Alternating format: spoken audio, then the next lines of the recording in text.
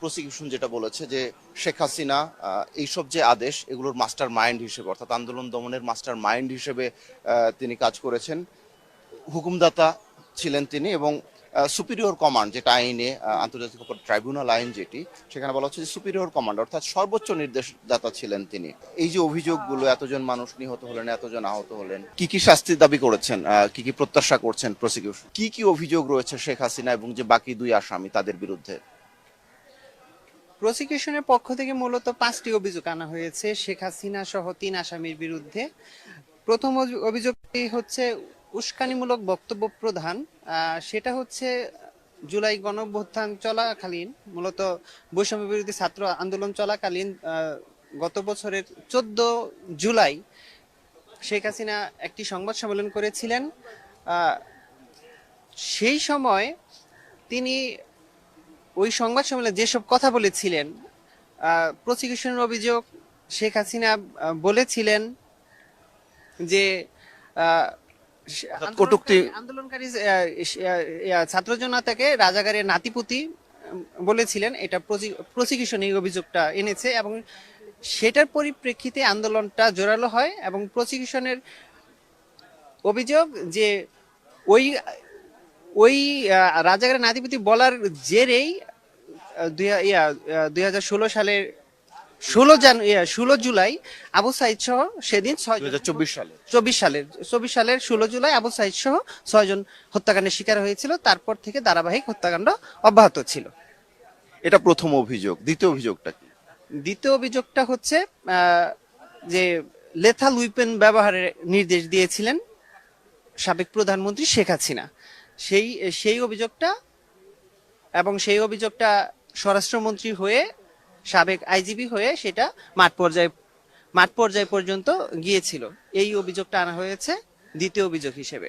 এবং একই সঙ্গে এই যে হেলিকপ্টার থেকে এবং ড্রোন ব্যবহার করে যে আন্দোলন নির্মূল করা এই আদেশও তিনি দিয়েছিলেন। দ্বিতীয় অভিযোগ যেটি, হ্যাঁ, দ্বিতীয় অভিযোগ এইটাও আছে যে ড্রোনের ব্যবহার, ড্রোন দিয়ে মূলত আন্দোলনকারীদের চিহ্নিত করবে এবং হেলিকপ্টার প্লাস হচ্ছে হেলিকপ্টার থেকে সেখানে আগ্নেয়াস্ত্র ব্যবহার করা হয়েছে বলে প্রসিকিউশন সেই অভিযোগটাতে অন্তর্ভুক্ত করেছে।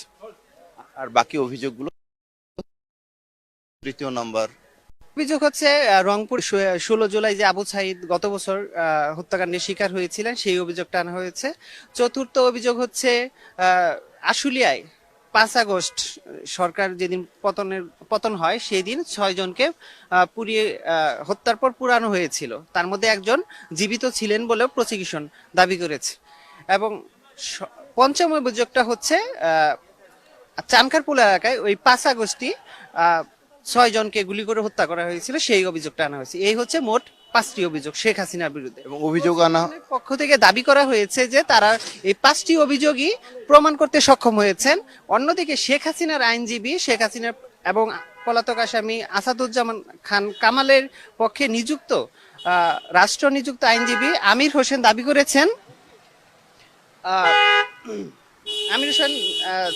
দাবি করেছেন যে তিনি শেখ হাসিনা সহ শেখ হাসিনা ও আসাদুজ্জামানকে নির্দোষ প্রমাণ করতে সক্ষম হয়েছেন। তার আশা যে শেখ হাসিনা এবং আসাদুজ্জামান খালাস পাবেন। আরেকটি বিষয়, আমি যদি এদিকে আসতেন, এখানে তো মূলত প্রসিকিউশন যেটা বলেছে যে শেখ হাসিনা এইসব যে আদেশ এগুলোর মাস্টার মাইন্ড হিসেবে অর্থাৎ আন্দোলন দমনের মাস্টার মাইন্ড হিসেবে তিনি কাজ করেছেন, হুকুমদাতা ছিলেন তিনি এবং সুপিরিয়র কমান্ড যেটা আইনে আন্তর্জাতিক অপরাধ ট্রাইব্যুনাল আইন যেটি সেখানে বলা হচ্ছে যে সুপিরিয়র কমান্ড অর্থাৎ সর্বোচ্চ নির্দেশদাতা ছিলেন তিনি। এবং এখানে দুই আসামি পলাতক, এক শেখ হাসিনা নিজে এবং তৎকালীন স্বরাষ্ট্রমন্ত্রী আসাদুজ্জামান খান কামাল। আর একমাত্র গ্রেপ্তার তিনি হচ্ছেন যে সাবেক পুলিশ মহাপরিদর্শক। তো এই যে সাবেক পুলিশ মহাপরিদর্শক রাজসাক্ষী হয়েছেন, তো তিনি রাজসাক্ষী হিসেবে কি বলেছেন ট্রাইব্যুনালকে? রাজসাক্ষী হিসেবে সাবেক আইজিপি চৌধুরী আব্দুল্লাহ আল মামুন বলেছেন যে শেখ হাসিনা এবং আসাদুজ্জামান খান কামালের নির্দেশেই 2024 সালে ছাত্র জনতার উপর মারণাস্ত্র ব্যবহার করা হয়েছিল। তিনি এই স্বীকারোক্তিটা রাজসাক্ষী হিসেবে ট্রাইব্যুনালকে দিয়েছেন। এখানে রাজসাক্ষীর মানেটা কি যদি একটু বুঝিয়ে বলতেন দর্শকদের। রাজসাক্ষী হচ্ছে যিনি নিজে অপরাধ স্বীকার করেছেন, মানে হচ্ছে চৌধুরী আব্দুল মামুন 2024 সালে যে ছাত্র জনতার উপর হত্যাকাণ্ড সংঘটিত হয়েছে সেই অপরাধ তিনি নিজে স্বীকার করে নিয়েছেন। প্রথমে স্বীকার করে নিয়েছেন যে তিনি দোষী। তারপর তিনি রাজসাক্ষী হিসেবে বলেছেন যে তিনি যেহেতু সেই সময় সরকারের উচ্চপদস্থ কর্মকর্তা ছিলেন এবং প্রধানমন্ত্রী সহ সরকারের সরকারের মন্ত্রীদের সঙ্গে নিয়মিত বৈঠকে বসতেন এবং কি সিদ্ধান্তগুলো হতো সেই সময় কি ঘটেছিল মূলত সেইটা মূলত রাজসাক্ষী উনি ঘটনার বিস্তারিত যা ছিল সবই আসলে ট্রাইব্যুনালকে সেই সময় বলেছিলেন। মূলত রাজসাক্ষী হন তিনি যিনি ঘটনা সম্পর্কে প্রত্যক্ষভাবে বিস্তারিত জানেন এবং তিনি সেই মামলার আসামি। আচ্ছা, আরেকটা বিষয় হচ্ছে যে অভিযোগে তো এটাও বলা হয়েছে যে 1,500 ছাত্র জনতার 1,500 জনকে হত্যা করা হয়েছে এবং একই সাথে 30,000, যদি ভুল না করি 30 মানুষ এখানে আহত।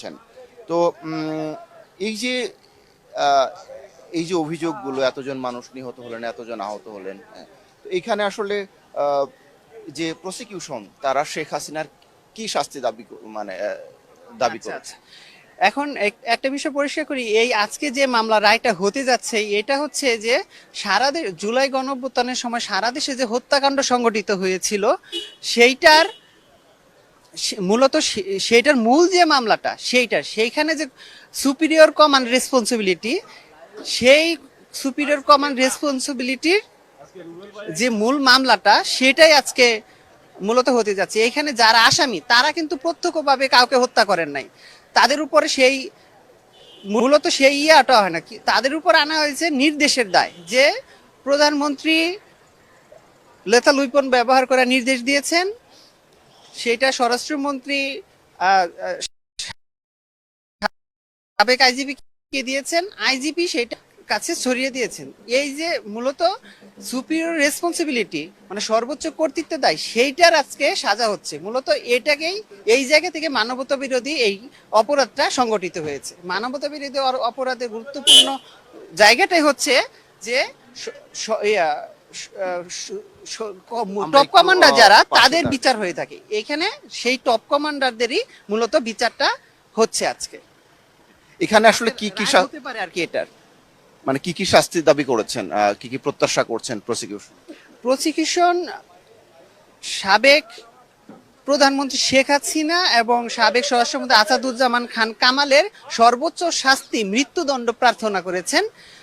এবং যেহেতু সাবেক আইজিপি চৌধুরী আব্দুল মামুন উনি রাজসাক্ষী হয়েছেন, সে কারণে প্রসিকিউশন মনে করে যে সাবেক আইজিপি চৌধুরী আব্দুল মামুন তিনি ঘটনা সম্পর্কে পূর্ণ ও সত্য তথ্য প্রকাশ করেছেন, যে কারণে এইটার আইজিপির ব্যাপারে কি সিদ্ধান্ত হবে সেটার পুরোটাই ছেড়ে দিয়েছেন ট্রাইব্যুনালের উপর। ট্রাইব্যুনাল যে সিদ্ধান্ত দিবে সেটা প্রসিকিউশন বলেছে যে তারা ট্রাইব্যুনাল এখানে সেটা প্রসিকিউশন মেনে নিবে।